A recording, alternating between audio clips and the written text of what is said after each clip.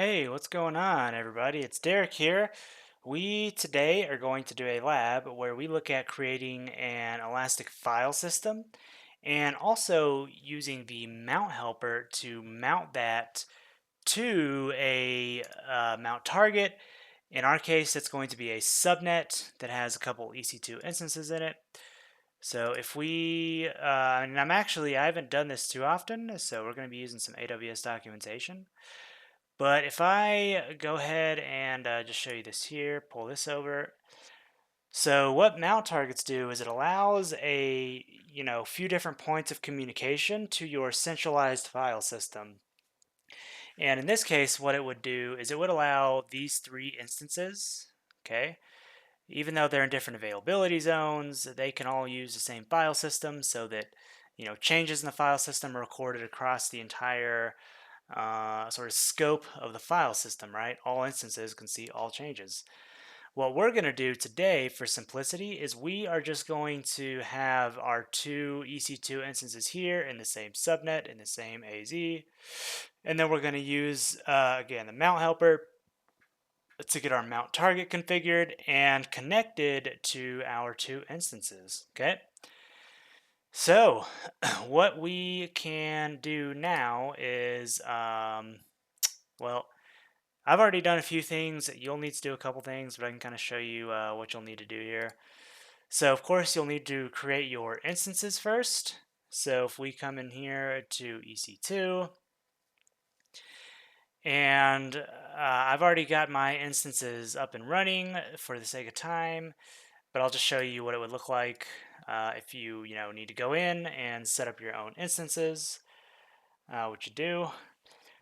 So what we can do here, I mean, you can call this whatever you want. You can call this lab, instances like one, or maybe even, EFS instance one, and then you would have instance two. Alternatively, if you just want to do this once and then say create two instances, it'll give it the same name, but later in the console, you can definitely change the name of one of them rather to use the different name, okay? So just come through here, select Linux, make sure you're in the free tier for everything. Key pair, so if you're going to use some sort of SSH client, then you'll definitely want to use that. We'll just use kind of the default EC2 instance connect. So if you don't have a key pair, then just create a PEM key pair or a PPK key pair. But for connecting to Linux, in our case, we'll just use the PEM.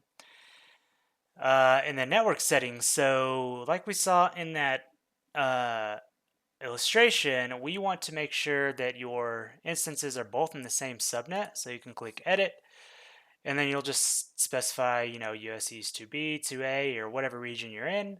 Just make sure that you're in the same subnet with both of your instances, okay? Otherwise, you'll need multiple mount targets, which we are not doing today, all right?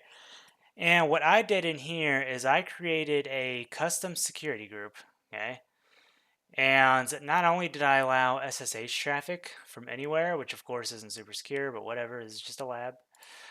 We also added another rule that allows NFS protocol, which is or type traffic rather, uses TCP protocol.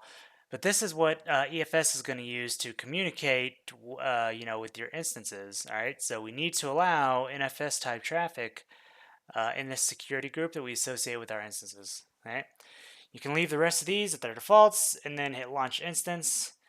If you just do one, come back in, do it again, but give it a different name, obviously, but the exact same settings. Otherwise, you can do two here, okay? So you're going to hit launch instance. I'm going to hit cancel because I already have my instances. And of course, you can pause me if you need to while you let yours finish getting set up. So what we are going to do now is we are going to come into EFS. All right. And once that opens up, we're going to create a new file system from scratch here, just so we can kind of see what it does, or what it looks like rather. So let's hit create file system. If you just hit create here, it's just going to give it a name and put it in the VPC specify, but we want to see actually, what kind of goes on and what kind of options we have. So let's call this lab EFS. I'm going to call mine 2 because I already have a lab EFS file system. Storage class, we can just leave this at the standard. We don't need automatic backups. We don't need any backups. This lifecycle management, again, most of this should be fine. It's just that, kind of the defaults. Let's set this to bursting.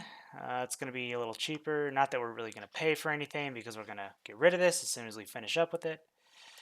And just make sure this is set to general purpose as well. We don't need any tags, so we're just going to leave that blank for now. And then let's hit next. So this is where you need to make sure that you remember and use the right security group. So and region actually. So what we want to do is we want to create, I'm just in the default AWS VPC for this region rather. And we put our instances, or I did, in US East 2A. Okay, so I don't need these other availability zones. If you wanted more availability, obviously, you would use more, but we don't need those.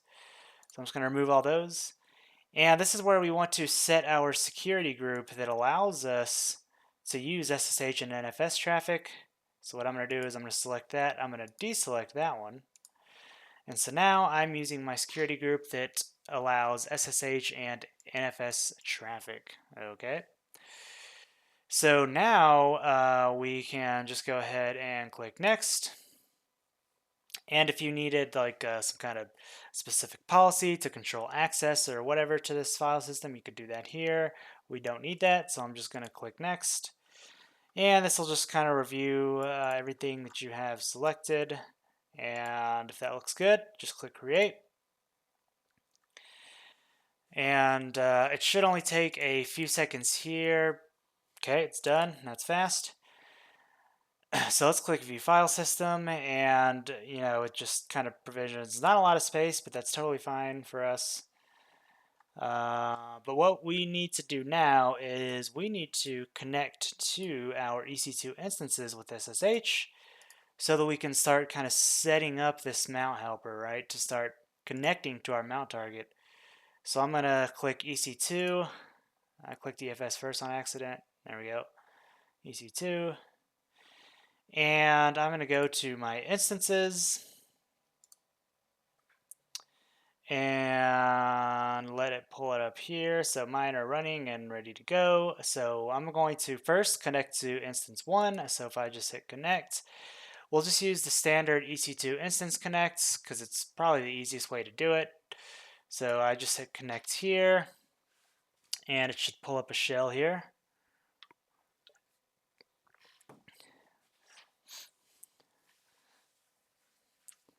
And which does perfect. So now you can see that we're connected to instance 1. All right, but let's also connect to instance 2 so that we can kind of work with them both here because there's some common steps we're going to have to do to get this all set up. So let's go back to instances. And instance 2, we're going to do the exact same thing. Hit connect. And after a few seconds, this should connect to instance 2 just like it did with the other one. All right. Okay, perfect. So now we're in. And you can see the IP address of each here, right? So this one's 31.5.186. This one's 31.13.183. All right.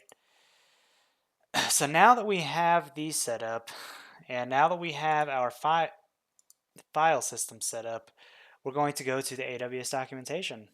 And what I'm going to be using, just on another screen, but I'll show you what I'm using if you want to reference it, is this right here. So if you literally just Google this, and put AWS after it maybe, it's going to come right up. Okay. But what we are going to do is we need to install the Amazon EFS utils package. Okay. And there's another link in that documentation that's going to tell us how to do that. It's a relatively simple command. Let me see, let me find it here.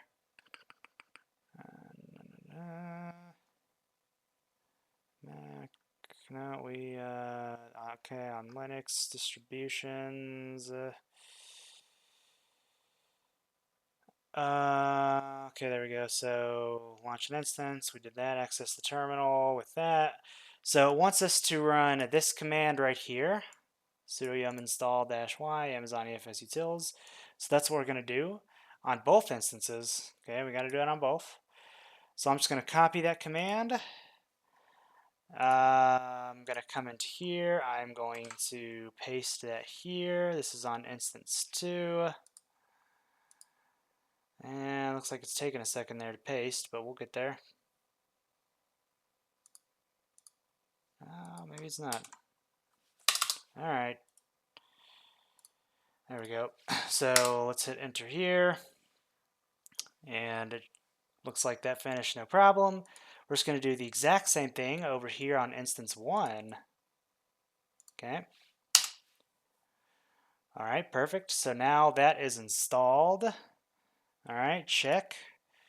So now we can go on to back to our original documentation. And it says after we've installed the EFS client, which we have, we need to create a directory called EFS that's going to be used as the file system mount point. All right, so let's just go ahead and do that. So sudo EFS. And if you just look here, we have our directory here in EFS, and we're in this kind of root folder here. But let's go ahead and do the same thing over here. What was it? Sudo make directory EFS. Okay.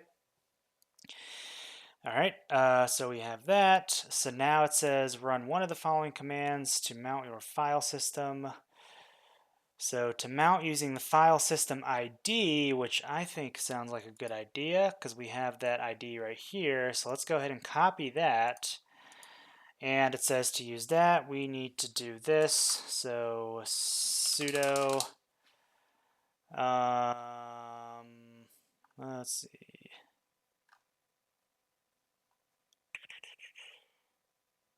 So let's actually cd into our EFS directory here. Let's make sure we're in there. Okay, and then let's do the same thing over here. So cd EFS. All right, perfect. And now it says, okay, we can do sudo mount -t EFS, and then the file system ID, and then the EFS mount point. Okay. So it says use ID of the file system your mount. So it says to use your file system ID in place. Here, let me show you. Use your file system ID. Okay, right here. And then it just says use EFS in place of EFS mount point because that's the folder we created. So we might need to actually back up a directory, but we'll see here what it tells us. So sudo mount -t EFS. So file system ID, which I believe is this DNS name. So let's go ahead and try that out. Paste that, and then we'll just say EFS. Yeah, EFS. So let's back up one. Make sure we are. Yep. So let's try that again. That's looking better. All right. And let's go ahead and do the same thing over here. So let's back up one. And oops, looks like we need to type it in again, of course. So sudo mount -t EFS. File system ID, I think I still have it here. I do. EFS. All right, that looks like it finished as well. All right, so now that we have our mount helper kind of set up here, theoretically what we should be able to do is if we take a look at this EFS, so let's get into this EFS folder, EFS, And right now we don't have anything in here. So if we just do like hi.txt, oh, it looks like we don't have permission to create hi.txt. Interesting. Let's see if we have it over here. So directory, let's do user. This is obviously in a different directory. I'm just testing something out. All right, so we have that, but if we come into EFS, and then we try to do the same thing, ooh, we're also getting permission denied. Interesting. So let's go to our file system here real quick, and let's go to edit. Actually, it's probably not what we want. Actually, we want access points. I thought we created this, but I guess not. So let's go ahead and create an access point. Name, so I don't know, let's just call this EFS AP access point. And this was actually a prerequisite in that AWS documentation. So I'm actually going to just follow along with that to make sure that we, have things according to plan here. So manage mount targets, by using the EFS console. File systems, network. So let's actually real quick, it says if we go to the network tab, it should show us our targets. Okay, so we do have US East 2A, which let's just double check that that is where our instances are residing. So let's come in here, excuse me, and let's go to networking. I believe it should show that. Yep, so US East 2A. And I created mine by just selecting 2, so these should be good here, but I'll double check. Yes, US East 2A, so that's okay. All right, and then let's go back to here. Let's go back to attach. And if we want to use the EFS mount helper, then it looks like it's wanting to use a slightly different command that would have told us in the documentation, but let's go ahead and just try this here real quick. So let's go here. And I'm just going to, let's see where we are right now. We're in EFS, so let's go ahead and back up one. I'm just going to paste this command here. Please run mount command to verify. So this is just saying because we already did mount it, it's kind of already recognizing that as a mount point, so we can't kind of mount on top of a mount. So what we could actually potentially do here is we could just create a new directory called, let's just say EFS2. Oops. EFS2. So now if we go here, so we've got both of those directories now, and if I recreate that, we want to put EFS2. All right, so that's that. And let's just do the same thing on instance 1. So we need to back up one here, CD there, or directory there. Okay, good. And EFS2. Alright, so there's that. And let's just get that same command.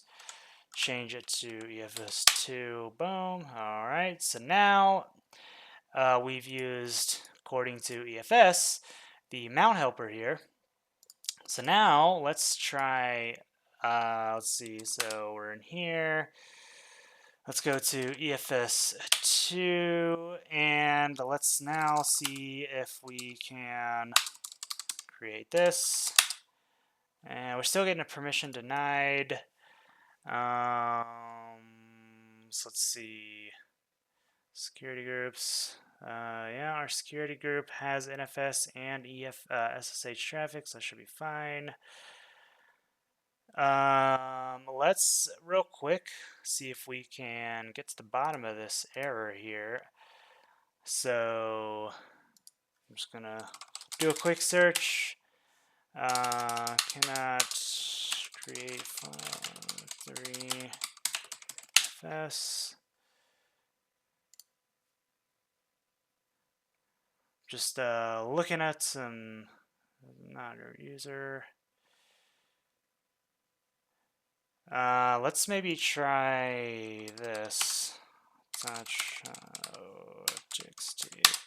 There we go, that's better. Alright, we'll just be the super user here. Alright, so now what we've done in this EFS2 folder is we've created hello.txt, okay? And we've done that from instance 2.